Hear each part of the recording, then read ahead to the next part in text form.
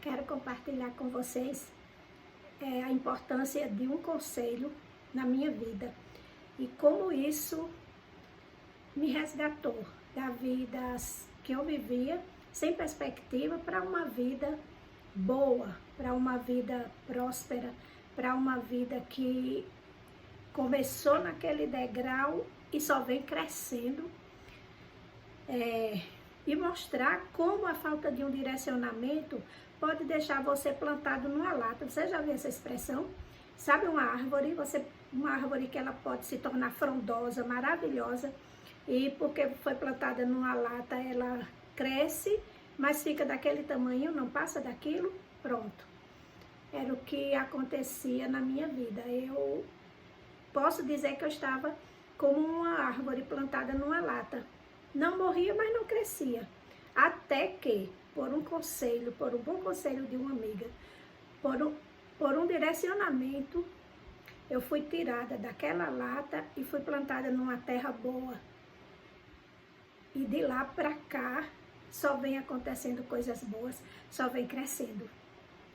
Olá, gente. Meu nome é Rubeni Mota. Esse é o canal da Vovó Beni. Eu expliquei no primeiro vídeo, se vocês não assistiram, assistam lá, que esse nome é graças em homenagem aos meus netos que me chamam Vovó Beni, eu acho muito lindo. Então, meu canal é para mulheres de 50 anos a mais, porque eu quero mostrar para as mulheres simples do interior. Não estou falando aqui para mulheres maravilhosas, poderosas de cidade grande, não. Estou falando de mulheres simples, de cidades pequenas, que não tem muita perspectiva de vida e acha que chegou aos 50 e encerrou tudo. Não. Eu vou mostrar a vocês que depois dos meus 50, eu consegui muita coisa na minha vida, me formei em psicologia com 59 anos e hoje estou nessa jornada aqui, trabalhando na internet, quebrando a cabeça, gravar vídeo e postar, essas coisas todas que eu estou aprendendo fazendo, então vocês já vão perdoando aí as falhas e mostrar para vocês que o meu testemunho, que o que aconteceu comigo possa inspirar você ou alguém da sua família, uma mãe, uma tia, uma avó, uma amiga que está nessa idade e já está pensando que está velha, que não presta mais para nada, que não consegue mais fazer nada. E eu estou aqui para dizer a você que isso não é verdade. Eu sou a prova de que você ainda tem uma expectativa de vida. Vamos que você tenha 50, 60, como eu tenho. E você ainda tem uma expectativa de vida de 60 anos. 60 anos não, gente. De 30, 40 anos para frente. Aí você pode fazer como eu fiz na época, que cada vez que minha amiga me dava um conselho, eu encontrava 10 razões para não dar errado. Aí você pode dizer o seguinte: mas a gente não sabe quanto tempo ela vai viver. Glória a Deus que não sabe. Eu não sei se eu vou viver só hoje, só até amanhã, ou se daqui a 40 anos, certo? Então, enquanto eu não morro, eu vou viver. E tenho muitos sonhos, muita coisa para realizar. Tenho fé em Deus que vou realizar. Se Deus me levar antes, acredito que vai ser melhor ainda. Mas enquanto eu estou por aqui, vou cumprindo a minha missão de ajudar mulheres como eu a mudar. Assim como minha amiga fez comigo. O nome da minha amiga é Socorro Eufrásio. Nós somos quase da mesma idade. E quando eu tinha 34 anos, eu já era casada, tinha 4 filhos, vivia uma vida de doméstica. Hoje o pessoal chama do lar, né? Mas doméstica. Então, assim, como a gente era pobre, o pessoal não tinha uma casa própria, não tinha um carro, tinha um emprego, sabe? A vida é difícil, tudo limitado. Então, eu era doméstica mesmo, eu lavava, passava, cozinhava, arrumava, cuidava de menino, cuidava de marido, limpava a casa tinha quintal, tinha que varrer aquele quintal todo. E essa minha amiga tinha uma vida diferente da minha, maravilhosa. Eu conheci primeiro o esposo dela. O esposo dela era amigo do meu e eram da mesma cidade, e a gente conheceu ele quando ele ainda era solteiro e eles eram solteiros ainda. Então, quando a gente veio conhecer Socorro, foi quando ela casou. Ela era de outra cidade, casou e veio morar em Bananeiras. Minha gente, a coisa que mais eu achava extraordinário e não conseguia ver aquilo naquele momento como exemplo. Ela casou, ela já tinha casa própria, carro, era professora do estado. O marido não era professor, era funcionário da Universidade Federal. Eles tinham tudo de bom dentro da casa deles, sabe? Uma vida assim confortável, uma vida boa. E a minha era exatamente o contrário. Eu era a amiga pobre da história. E um dia ela chegou para mim e disse assim: ô Rubeni, por que você não volta a estudar? Eu acho que eu ri, sabe? Na hora, do jeito que eu tô rindo agora. Eu acho que eu ri. E ela disse assim: você é uma menina nova. Eu tinha na época 34 anos. E ela era quase da mesma idade. Aí ela disse: por que você não volta a estudar? Você é nova, inteligente, sabe falar, é uma menina educada. Aí vai ficar aí nessa vida de... Ela usou uma expressão que eu nunca esqueci: esquentando a barriga no fogão e esfriando na lavanderia. Mulher, vai estudar, tu tem um futuro para frente. Ela ainda disse mais: ó, esses teus filhos vão crescer, vão casar, vão cuidar da vida deles, e tu vai ficar fazendo o que da tua? Então ela já tinha uma perspectiva a longo prazo, ela já sabia lidar com as coisas projetada assim, já via lá na frente. Eu nunca vi nada na frente, gente. Por isso que eu digo a vocês que um conselho, um direcionamento é uma coisa muito importante, porque eu não tinha nada disso. Eu gostava de estudar. Eu acho que eu nasci gostando de estudar, porque na minha família ninguém se formou, ninguém pôde estudar, porque meu pai era motorista e se mudava muito. E eu só consegui estudar porque eu me mudei para a casa da minha vó e da minha tia, que se tornou minha tia-mãe. Vou gravar um vídeo contando essa história, que é muito interessante. E o que é que acontece? Peguei, ela disse aquilo, e eu, sabe aquele tipo de pessoa que para cada problema, não, para cada solução arranja 10 problemas? Pronto, eu. Ela dizia uma coisa, eu dizia: mas não vai dar certo. Dizia: como é que eu vou dar conta? Eu com esses 4 meninos para cuidar, não tinha quem me ajudasse nessa época.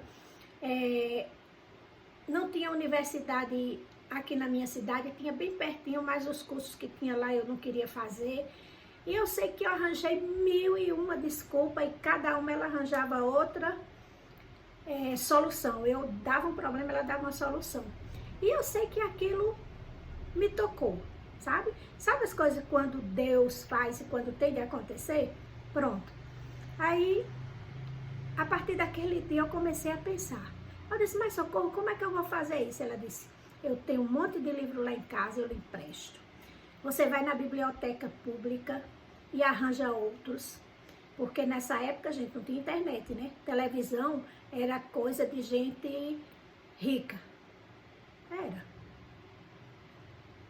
Os anos o quê? Deixa eu ver, 63...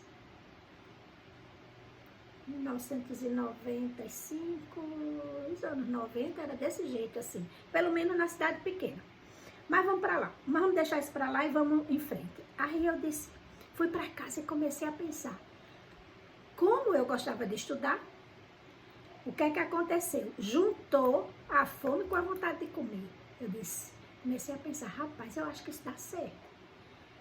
Aí eu disse, sabe de uma coisa? Eu vou fazer isso.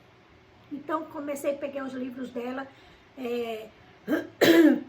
Eu não lembro como foi que eu fiz na época, mas tinha... como é que se diz, meu Deus? O plano para estudar, para fazer vestibular para várias coisas. Aí eu disse, Socorro, eu vou fazer vestibular para quê? Ela disse, para letras.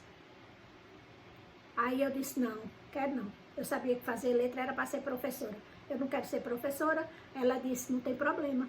O importante é você começar a estudar. Quando você estiver na faculdade, que terminar seu curso, aí você decide o que é que você faz. Mas, por enquanto, o importante é você estudar. Aí, ela acreditou tanto em mim, que eu acreditei nela. Vocês podem acreditar. Eu não acreditei em mim, não. Eu acreditei nela. Ela disse que eu era inteligente. Ela disse que eu sabia falar. Eu tinha condições que eu ia passar. Eu acreditei mais nela do que em mim. Mas fui fazer a minha parte, né? Então, comecei a estudar. Isso era mais ou menos o começo do ano. E o vestibular seria no fim do ano. Eu teria uns 8 meses. Na época eu pensei isso. Eu tinha uns 8 ou 9 meses para estudar. Aí comecei a estudar. E quando foi na época de fazer a inscrição, eu fiz. Chegou o dia da prova. As provas de vestibular nessa época eram 3 dias. Eu fiz. Isso foi no final do ano. Quando foi no final do mês de janeiro, ia sair o resultado desse vestibular feito em Guarabira. E para a gente saber o resultado, era muito engraçado eu dizendo hoje, que hoje você faz o Enem e você acompanha o que você fez, e você já sabe até quantos pontos você fez, né? Quando sai o resultado oficial, você praticamente já sabe se passou ou não. Aí, era por meio de rádio, era. Então, tinha a estação de Guarabira, eu liguei o rádio e me sentei ali, fiquei de prontidão esperando passar aquela lista de nomes, porque podia ser que eu saísse e adiantar e eu perder, né? Não, eu tinha que ficar do começo ao fim. E o radialista, ele ia ler da letra A até a letra Z, quem era que tinha sido aprovado. Eu fiquei ali sentada, esperando, minha gente, quando chegou na letra R, e haja sair nome com a letra R, quando chegou no RU, pois não é que saiu, pois não é que saiu meu nome? Passei, minha gente, eu fiz um verdadeiro escândalo, sabe? Gritei, pulei, corri, aí estava sozinha dentro de casa, meu marido tinha ido trabalhar, meus filhos tinham ido para a escola, e eu fiquei naquela euforia maior do mundo e corri para a rua para procurar uma pessoa para compartilhar, para dizer que eu tinha passado. Não tinha um cristão na rua. Aí pronto, né? Eu tive que esperar o povo de casa chegar para compartilhar aquela alegria. E passei e comecei, aí fui providenciar a documentação e aquela coisa toda para fazer matrícula. E naquele mesmo ano, 1995, eu fui para a faculdade, começar a estudar. E quando foi em 1995, 99.1, eu estava terminando e me formando em letras. A história da minha formatura merece eu contar à parte, porque foi uma novela. Mas daí para frente, o que é que acontece? Daí para frente, minha vida foi mudando completamente. Minha gente, sabe como eu era? Um bichinho do mato. Sabe aqueles bichinhos assim que é criado numa floresta e de repente ele é levado para civilização, para um canto e ele se sente acuado, perdido, desnorteado. Era como eu era uma pessoa completamente desnorteada. Muita coisa que eu fazia na ignorância. Meu Deus do céu, eu fico pensando como era que uma pessoa era daquele jeito, como é que não sabia nada da vida. Ia vivendo, sei lá, eu posso dizer assim, os animais eles não vivem por instinto, eles não têm filhote, eles não formam família, eles não procuram comida, eles não fazem as coisas tudo por instinto, sem direcionamento, sem inteligência. Então assim, eu tinha inteligência, claro, mas eu digo assim, eu não tinha orientação para dizer, a estudar, vou ser uma doutora, vou ser uma psicóloga, vou ser uma professora, quero ter minha casa, quero ter meus móveis, quero casar, quero ter tantos filhos, quero comprar um carro, quero viajar, nada disso passava na minha cabeça. Não, eu vivia, casei, tive filho e era dona de casa, tudinho, mas sem nenhuma orientação, sem nenhuma preparação, por incrível que pareça. E isso não é a realidade de muito estranha não, para muita gente não. Pessoas pobres, sem educação, infelizmente meus pais, as condições de vida deles não eram boas, nem deles, nem dos pais dele também, né, que vai reproduzindo isso. Eram pessoas simples, semi-alfabetizadas, não tinha para oferecer para a gente nada que diferente do que eles ofereceram, não, eles deram o melhor que eles podiam na condição deles. E eu fiz também a mesma coisa com meus filhos, com a minha casa, o melhor que eu sabia fazer, eu fiz.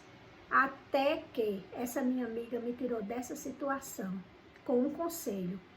Toda vida que eu agradeço toda a vida a ela e toda a vida que a gente se encontra e eu conto isso a ela, disse, não, o mérito é seu. Sim, é meu.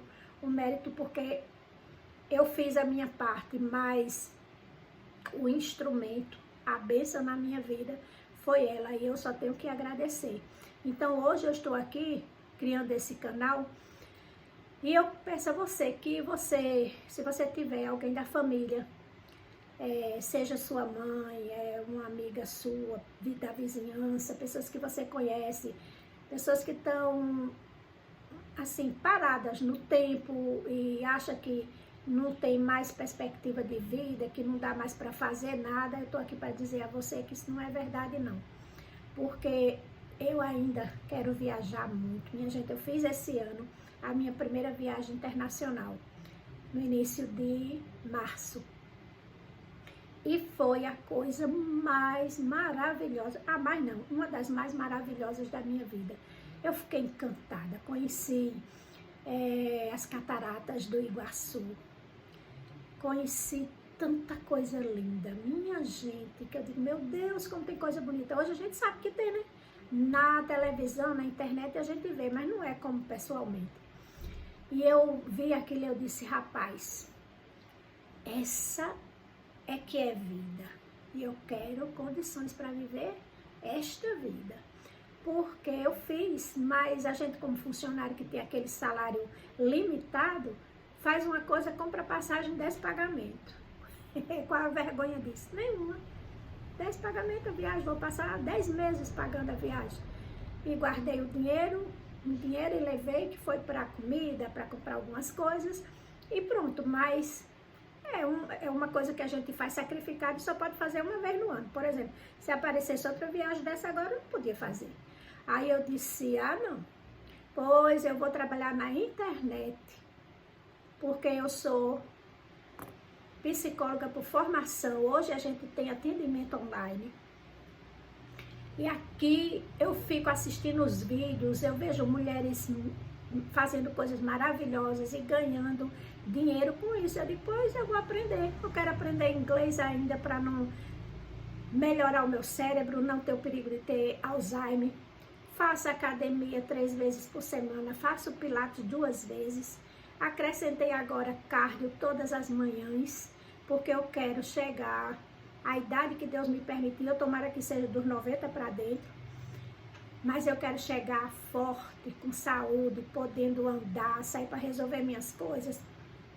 Se eu precisar ficar sozinha dentro de casa, eu poder dar conta das minhas coisas, eu poder me abaixar, me levantar, sem depender de ninguém, sem dar trabalho aos meus filhos.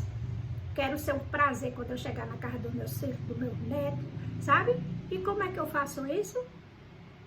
Trabalhando hoje, fazendo hoje, para que isso aconteça no futuro. Porque quando eu era jovenzinha, até meus 34 anos, eu não sabia. Eu não tinha projeto, eu não tinha plano. Hoje eu tenho. Então, se eu tenho, com fé em Deus e com esforço, para mim estudar. Fazer isso aqui que eu estou fazendo para vocês. Falar para as pessoas. Isso não é sacrifício nenhum para mim. Se eu viver disso a minha vida toda, minha amiga, eu estou no paraíso.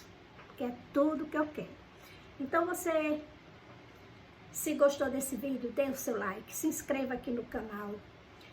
Ative o sininho, porque toda vida que que eu colocar um vídeo, postar um vídeo, aí você vai ser avisado. Compartilhe com outras pessoas que dizem assim, ei, ó, você não está se achando velha? Olha essa menina, olha essa senhorinha aqui, olha essa vovó aqui, o que é que tá fazendo? Aí você mostra para eles. E eu acredito que isso vai dar um incentivo a muita gente das cidades pequenas que pensa que chegar aos 50 anos é ser velho. Eu tô com 63, viu? E não tô me achando velha, não. E acho que assim, eu acho que meu corpo vai envelhecer, mas o que vale é o espírito. Eu tenho o espírito jovem, então meu espírito vai ficar jovem até eu completar 100 anos, se Deus me permitir. E eu tomara que você seja assim. Se você não for assim ainda, você pode se tornar, tá bom? Então, um grande abraço para você. Eu agradeço por você ter assistido o vídeo até aqui. E até o próximo, se Deus assim nos permitir.